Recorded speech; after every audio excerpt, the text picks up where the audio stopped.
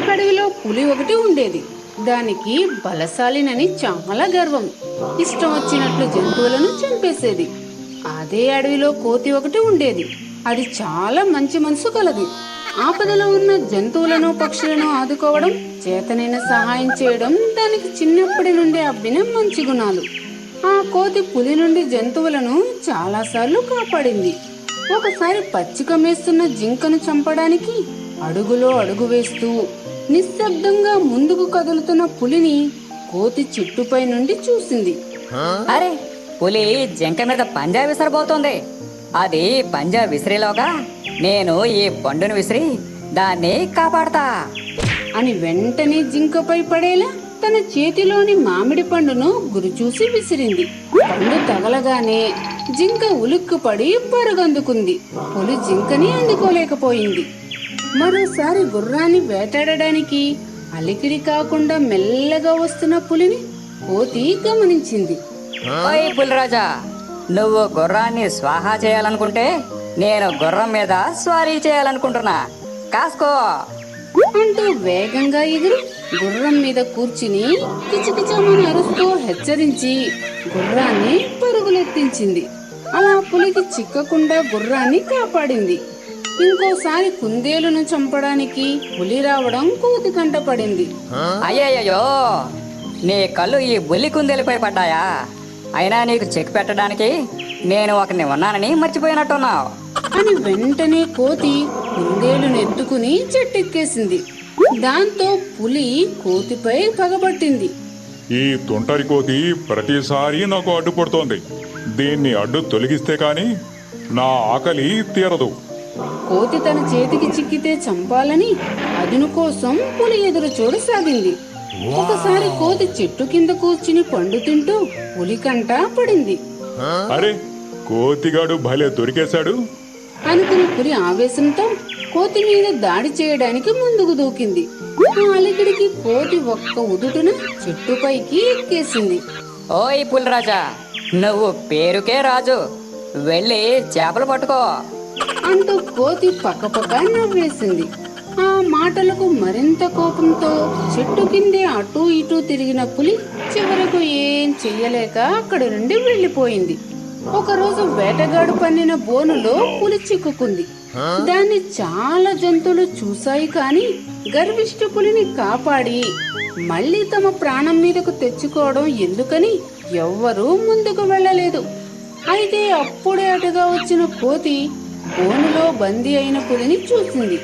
అరే, పులి చాలా ప్రమాదంలో ఉంది. వేటగాడు వచ్చేలోపు విడిపించాలి అని కంగారుగా కోతి పరుగు తీసి దాన్ని బోనులో నుండి తప్పించింది. తరువాత తన ప్రాణాలు కాపాడిన కోతికి పులి కృతజ్ఞతలు చెప్పింది. నేను చాలాసార్లు నిన్ను చంపాలని ప్రయత్నించాను. నిన్ను నేను చంపి ఉంటే ఈ రోజు నన్ను కాపాడేవారే లేక నేను శాశ్వతంగా బందీగా ఉండడమో లేక ప్రాణాలు కోల్పోవడమో జరిగేది. మా జాతి క్రూరమైనదని తెలిసి దయాగుణంతో కాపాడావు. మనం ఈ భూమి మీద బతుకుతున్నది ఇతరులకు కీడు చేయడానికి కాదు, చేతనైన సాయం చేయడానికని నీ వల్ల గుర్తించాను. ఇక ముందు ఏ జంతువును వేటాడను, ఎవరికి ఎటువంటి కీడు తలపెట్టను. నీ మార్గంలో నడుస్తాను అని కోతికి నమస్కరించింది పులి. పరోపకార బుద్ధితో జంతువులన్నింటితో మెప్పు పొందడమే కాక పులిలో కూడా మార్పు తెచ్చిన మంచి కోతిని జంతువులన్నీ ఎంతగానో అభినందించాయి.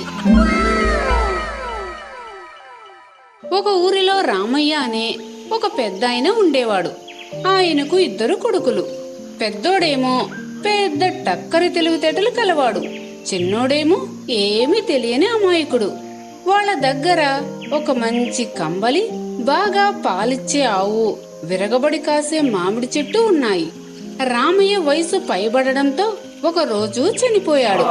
తండ్రి చనిపోయాక పెద్దోడికి ఆస్తి మీద కన్ను పడింది. ఎట్లాగైనా అంతా తానే కొట్టేయాలని అనుకున్నాడు. ఒక రోజు తమ్ముణ్ణి పిలిచి, ఒరేయ్, నాన్న మనకు పోతా పోతా ఒక కంబళి, ఒక మామిడి చెట్టు, ఒక ఆవు ఆస్తిగా మిగిల్చి వెళ్ళిపోయాడు. వీటిని ఇద్దరము సమానంగా పంచుకుందాం అన్నాడు. తమ్ముడు అమాయకంగా సరే అన్నయ్య, నువ్వెట్లా చెప్తే అట్లాగే అన్నాడు. పెద్దోడు పెద్ద మాయగాడు కదా, దాంతో తన తెలివిని ఉపయోగించి, రేయ్, కమ్మలి పొద్దునంతా నువ్వు తీసుకో, రాత్రి నేను తీసుకుంటా. అలాగే మామిడి చెట్టు కింద భాగం నువ్వు తీసుకో, పై భాగం నేను తీసుకుంటా. ఆవు ముందు భాగం నువ్వు తీసుకో, వెనుక భాగం నేను తీసుకుంటా. సరేనా అన్నాడు. తమ్ముడు చాలా అమాయకుడు కదా, హాయ్, భలే భలే, అన్నయ్య ఇద్దరికి సమానంగానే పంచాడు అనుకుని సరేనంటూ సంబరంగా ఒప్పుకున్నాడు. ఆ రోజు నుండి చిన్నోడు రోజు పొద్దున్న సాయంత్రం ఊరి బయటకు పోయి గడ్డి కోసుకుని వచ్చి ఆవుకు వేసి తినిపిస్తా ఉంటే పెద్దోడేమో హాయిగా పాలు పిండుకునేవాడు. చిన్నోడు రోజు మామిడి చెట్టుకు నీళ్లు పోసి ఎరువులు వేసి పెంచుతా ఉంటే పెద్దోడు కాసిన కాయలు కాసినట్టు తమ్ముడికి ఒక్కటి కూడా ఇవ్వకుండా అన్నీ తానే తెంపుకునేవాడు. చిన్నోడు పొద్దున పూట కంబలిని ఏం చెయ్యాలో తెలియక మడిచి గూట్లో పెడతా ఉంటే పెద్దోడు మాత్రం రాత్రి కాగానే దాన్ని తీసుకుని పోయి హాయిగా కప్పుకుని పడుకునేవాడు. ఇలా కాలం గడవసాగింది. కొంతకాలానికి చిన్నోడికి పెళ్ళయింది. చిన్నోడి పెండ్లం వాడిలా అమాయకురాలు కాదు, చాలా తెలివైనది. కొద్ది రోజుల్లోనే పెద్దోడు చేస్తున్న మోసం గమనించింది. ఒక రోజు భర్తతో, ఏమండి, మీ అన్న మిమ్మల్ని అమాయకుని చేసి చాలా మోసం చేస్తున్నాడు. సగం సగం అంటే కాచే కాయల్లో సగం, ఆవు ఇచ్చే పాలలో సగం, అంతేకాని కష్టం ఒకరికి సుఖం ఒకరికి కాదు అంటూ జరుగుతున్నదంతా అరటిపండు ఒలిచి నోట్లో పెట్టినట్లు చెప్పింది. దాంతో వాడికి అన్న చేస్తున్న మోసం బాగా అర్థమయ్యింది. దెబ్బకు దెబ్బ ఎలా తీయాలో పెళ్ళాన్నడిగి తెలుసుకున్నాడు. తరువాత రోజు పొద్దుగూకే వేళకి కంబలి నీళ్ళలో బాగా తడిపి పెట్టాడు. రాత్రి ఎప్పటిలాగే పెద్దోడు దాన్ని తీసుకుని పోయి కప్పుకున్నాడు. ఇంకేముంది, ఒళ్ళంతా తడిచిపోయి ఒక్కటే చలి. ఇదేంట్రా కంబలి ఇట్లా తడిపేశావు అని చలికి వణుకుతూ పెద్దోడు అడిగాడు. నా ఇష్టం, నేనేమన్నా రాత్రి తడిపానా? పొద్దునేగా తడిపాను అంటూ అడ్డం తిరిగాడు చిన్నోడు. దాంతో పెద్దోడు కిక్కురుమనలేదు. తరువాత రోజు పొద్దున్నే పెద్దోడు పాలు పిండుకుందామని చెంబు తీసుకుని వచ్చి కూర్చున్నాడు. వాడు పాలు పిండడానికి చెయ్యి వేయడం ఆలస్యం. చిన్నోడు వెంటనే అక్కడికి వచ్చి ఆవు మొహం మీద కట్టెతో ఈడ్చి ఒక్కటిచ్చాడు. అంతే, దానికి సుర్రుమని కోపం రావడంతో అది ఎగిరి పెద్దోడు మొహం మీద ఈడ్చి ఒక్కటి తన్నింది. ఆ దెబ్బకు వాడు అరుచుకుంటూ వెళ్లి దూరంగా పడ్డాడు. దాంతో వాడు మూలుగుతా, అదేంట్రా తమ్ముడు అలా కొట్టావు అన్నాడు. దానికి చిన్నోడు, నా ఇష్టం, నేనేమన్నా వెనక వైపు కొట్టానా? నా వైపు కొట్టాను గాని అంటూ అడ్డం తిరిగాడు. దాంతో పెద్దోడు పాలు పిండుకోలేక మౌనంగా వెనక్కి వెళ్లిపోయాడు. కాసేపటికి చిన్నోడు ఒక గొడ్డలి తెచ్చి ఇంటి ముందున్న మామిడి చెట్టును నరకడం మొదలుపెట్టాడు. అది చూసి పెద్దోడు అదిరిపడి పరుగు పరుగున వచ్చి, అదేంట్రా తమ్ముడు బంగారం లాంటి చెట్టును అలా నరికేస్తున్నావు అన్నాడు. దానికి చిన్నోడు, నా ఇష్టం, నేనేమన్నా నీ భాగం నరుకుతున్నానా? నా భాగం నరుకుంటున్నాను గాని అంటూ అడ్డం తిరిగాడు. దాంతో పెద్దవాడు ఇక చేసేది లేక దారికి వచ్చి తప్పయిందంటూ లెంపలు వేసుకున్నాడు. రేయ్ చిన్నోడా, ఇంతకాలం నేను నిన్ను మోసం చేశాను, క్షమించు. ఇంతవరకు నేను చేసిన దానికి నీకు పరిహారం ఇవ్వడమే కాకుండా ఇప్పటి నుంచి ఇద్దరం అన్నింటినీ సమానంగా పంచుకుందాం అని చెప్పాడు. అన్నలో మార్పు రావడంతో తమ్ముడు చాలా సంతోషించాడు. ఆ రోజు నుండి పాలు పండ్లు అమ్మగా వచ్చిన డబ్బును అన్నదమ్ములిద్దరూ సగం సగం పంచుకుంటూ కంబలిని పెద్దోడొక నెల రోజులు చిన్నోడొక నెల రోజులు తీసుకోసాగారు. ఒకానొక అడవిలో ఒక ఎలుగుబంటి ఉండేది. తనకు చాలా బలముందని దానికి మహాపొగరు. అడవిలోని జంతువులతో అనవసరంగా గొడవలు పెట్టుకునేది. వాటిని ఇష్టం వచ్చినట్టు ఏడిపించేది, చీటికి మాటికి హింసించేది. దాంతో అవన్నీ ఈ ఎలుగుబంటి పేడ ఎప్పుడు వెరగడవుతుందిరా బాబు అనుకుంటూ ఎదురు చూడసాగాయి. ఆ అడవిలో సింహాలు, పులులు వంటి పెద్ద పెద్ద జంతువులు ఏమీ లేకపోవడంతో ఎలుగుబంటికి ఎదురే లేకుండా పోయింది. ఎలుగుబంటి ఒక రోజు అడవిలోని జంతువులన్నింటినీ పిలిచింది. ఈ అడవిలో నన్ను ఓడించే మొనగాళ్ళు ఎవరైనా ఉన్నారా? ఉంటే నాతో పోటీకి రండి, వచ్చి నన్ను గెలవండి. లేకపోతే రేపటి నుంచి నేనే ఈ అడవికి రాజును. మీరంతా నేను చెప్పినట్టే వినాలి అని సవాలు చేసింది. అమ్మ బాబోయ్, దాంతో పోరాడడం అంటే పైకి ఫ్రీగా టికెట్ తీసుకున్నట్టే. అని భయపడి జంతువులేమీ ముందుకు రాలేదు. దాంతో ఆ ఎలుగుబంటి నాకు నేనే సాటి, నాకెవరూ లేరు పోటీ అనుకుని పడి పడి నవ్వుకుంది. అయితే ఆ అడవిలో ఒక తాబేలు ఉంది. అది చాలా తెలివైంది. ఎలాగైనా ఆ పొగరబోతు ఆట కట్టించి అడవిని కాపాడాలని అనుకుంది. వెంటనే అది ఎలుగుబంటి ముందుకు వచ్చి, ఓయ్ ఫ్రెండ్, నీతో నేను పోటీకి సిద్ధం అని సవాలు స్వీకరించింది. నీకు నాకు పోటీనా? నీతో నాకు పోటీ ఏంటరా బాబు? అని ఎలుగుబంటి నవ్వు ఆపుకోలేకపోయింది. అయినా పోటీ అంటే పోటీ జరగాల్సిందేనని జంతువులన్నీ అనడంతో అందుకు ఎలుగుబంటి అంగీకరించింది.